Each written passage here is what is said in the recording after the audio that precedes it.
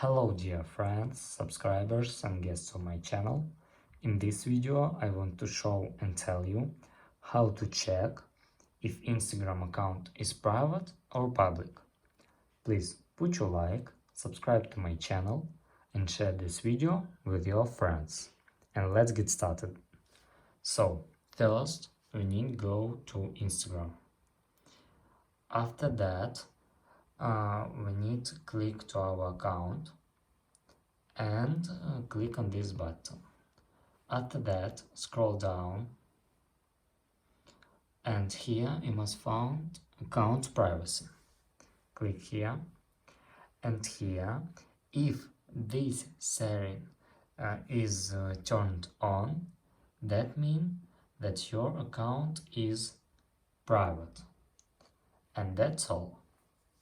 If you enjoyed this video and found it helpful, please put your like, subscribe to my channel and share this video with your friends. Bye bye everyone, see you later.